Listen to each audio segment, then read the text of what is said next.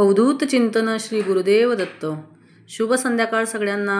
तर इथं मी बालेवाडीला जात होती. बालेवाडीला हळदी कुंकू होतं मैत्रिणीचं. आमच्या ग्रुपमधली एक मैत्रीण बालेवाडीला राहायला गेलेली आहे. तर आम्ही तिथं जात होतो हळदी कुंकवाला आणि आम्हाला कॅब बुक करून जायची होती हळदी कुंकवाला जात असताना. कारण काही मैत्रिणी ह्या त्यांच्या ग्रुप हळदी कुंकवाला गेल्या असल्यामुळे आम्ही 2च जणी होतो. तर मग आम्ही कॅब बुक करून गेलो आणि इथं ट्रॅफिक लागली होती. तर आम्हाला हळदी कुंकवाला जायला उशीर झाला होता. आम्ही 7:30 वाजता बालेवाडीला पोचलो आणि आम्ही तिच्या सोसायटीमध्ये एंट्री केली होती.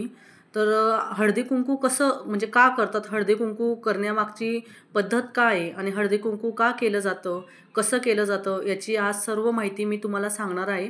आणि ही माहिती मी एका ठिकाणी बसून सांगणार नाही असं मी ठरवलं, कारण की हळदी कुंकू करता करताच मी हे तुम्हाला सांगेन असं मी म्हटलं.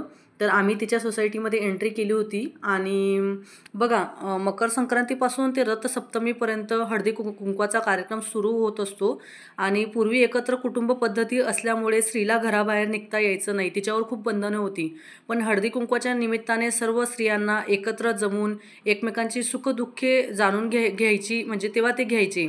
आणि हळूहळू जसा समाज प्रगत होत गेला तशी स्त्रीही स्वतंत्र होत गेली आणि हळदी कुंकवाची प्रथा परंतु तशीच राहिली. आणि एकमेकांना हळदी कुंकू लावणं म्हणजेच समोरच्या सुवासिनीच्या रूपातील आदिशक्तीला शरण जाणं किंवा तिच्याबद्दल, आदिशक्तीबद्दल कृतज्ञता व्यक्त करणं असं असतं. आणि हळदी कुंकू करत असताना तिला हळद कुंकू लावतात, फूल देतात, त्यानंतर तीळ देतात, साखरफुटाणे देतात, वाण देतात. आता वाणच्या स्वरूपामध्ये कुठली तरी एक भेटवस्तू दिली जाते. या दिवसांमध्ये स्त्रिया एकमेकांना आपल्या घरी बोलवतात, हळदी कुंकू लावतात. त्याचप्रमाणे त्यांना वाणाच्या निमित्ताने त्यांना एक म्हणजे एक आनंद असतो, जो कुठलाही एक वाण दिला जातो. जरी आपली परिस्थिती कितीही चांगली असली, पण समोरच्याने जी भेटवस्तू दिलेली आपल्याला, जी वाण दिलेलं असतं, त्याचा आनंद काहीतरी एक वेगळाच असतो, असंही काही स्त्रियांचं मत असतं.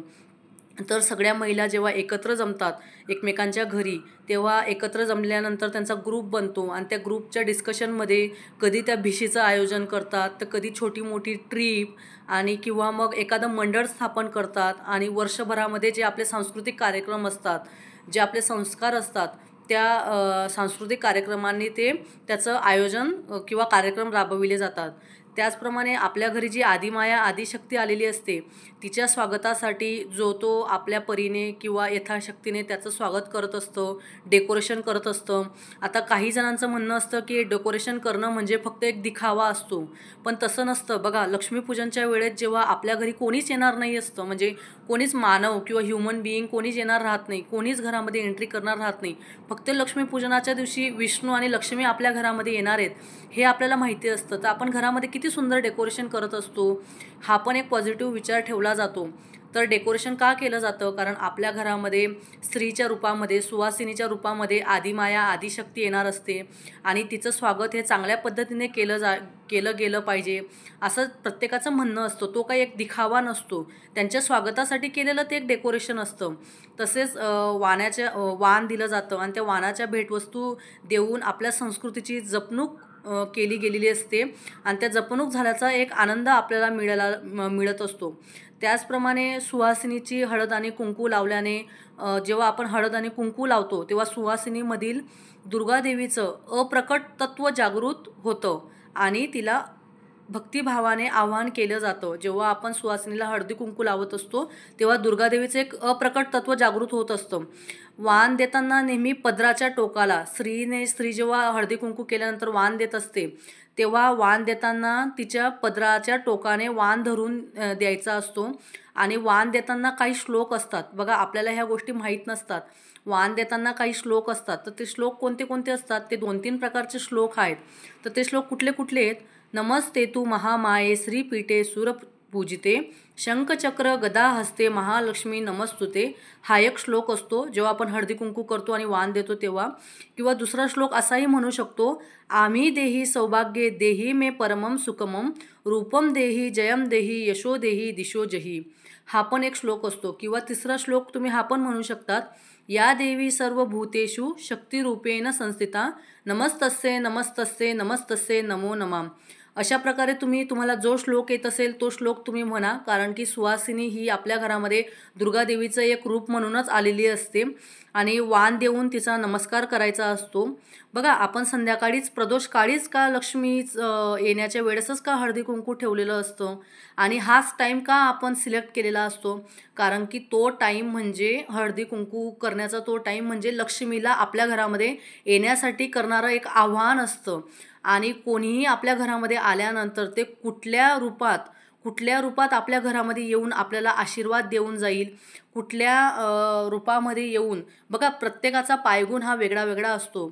आपल्या घरामध्ये आल्यानंतर कोणाचा पायगुण कसा असतो हे आपल्यालाही माहीत नसतं. त्याच्यामुळे आपण नेहमी म्हणत असतो की अतिथी देवो भव.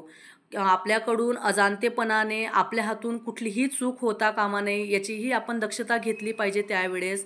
कारण की देव हा भावाचा भुकेला असतो आणि भावार्थ देखून बोलला असं आपण म्हणत असतो. तर कोण कुठल्या प्रकारे आपल्याला आशीर्वाद देऊन जाईल. आता बघा, माझ्याकडे गुरुचरित्र पारायणाचं समाप्ती होती तेव्हा माझी मैत्रिणीला जेवणाला बोलवलं होतं.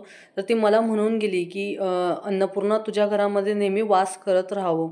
तर समोरच्याला आशीर्वाद देणं, त्याला चांगली कॉम्प्लिमेंट देणं, त्याला चांगली कमेंट्स देणं, त्याला मोटिवेट करणं, याला पण खूप मोठं वाघाचं काळीज लागत असतं. आणि त्यावेळेस कोणाच्या तोंडून कुठला चांगला शब्द निघून जाईल हे आपण सांगू पण नाही शकत. म्हणून ह्या हळदी कुंकवाच्या निमित्ताने सगळं लेडीज एकत्र येतात, त्यांच्या मनातली सुखदुःखे सांगतात आणि त्या ओपन होत असतात. घरी गेल्यानंतर त्यांना खूप छान फ्रेश वाटत असतं. त्यांच्यातले स्किल, कुठले तरी काही स्किल असतात, ते स्किल अशा निमित्तानेच बाहेर निघत असतात. 24 तास घरातलं काम करून त्यांच्यामधले कुठले सुप्त गुण आहेत हे सुद्धा त्यांना कळत नसतं. तर म्हणून कधी आता एक ट्रेंड चालू आहे, तर कधी रील्स बनवली जातात, तर कधी कोणी काही जोक म्हणतं, कधी कोणी काही चारोळी म्हणतं. असं प्रत्येकातले सुप्त गुण बाहेर निघत असतात आणि त्याच्यामुळे लेडीजला पण आतमध्ये एक डेअरिंग वाढत असते. एक तिच्यामध्ये एक भावना येते स्वतःविषयी की मी पण, माझ्यामध्ये पण काहीतरी एक वेगळा गुण आहे. तर मला ह्या हळदी कुंकवाच्या निमित्ताने काही स्त्रियांना असं सांगायचं आहे, काहींना नाही, सगळ्यांनाच माझं एक म्हणणं आहे माझ्यापासून तुमच्यापर्यंत, की समोरची स्त्री पुढे जात असेल तर तिला मोटिवेट करा, तिला चांगले कमेंट्स द्या आणि मोटिवेटनेस 2 चांगल्या शब्दांनीच तिच्यामधले खूप चांगले गुण बाहेर येत असतात. तिला चांगलं मोटिवेशन मिळत असतं. तर तिला पुश करा, तिला चांगल्या कामासाठी तिला पुश करा. ती जर आजारी असेल तर तिला हेल्प करा, तिच्या घरातल्या फॅमिली मेंबरला हेल्प करा. फक्त हळदी कुंकू करूनच आपल्यामधले खूप साऱ्या गोष्टी मोकळ्या होत नाही.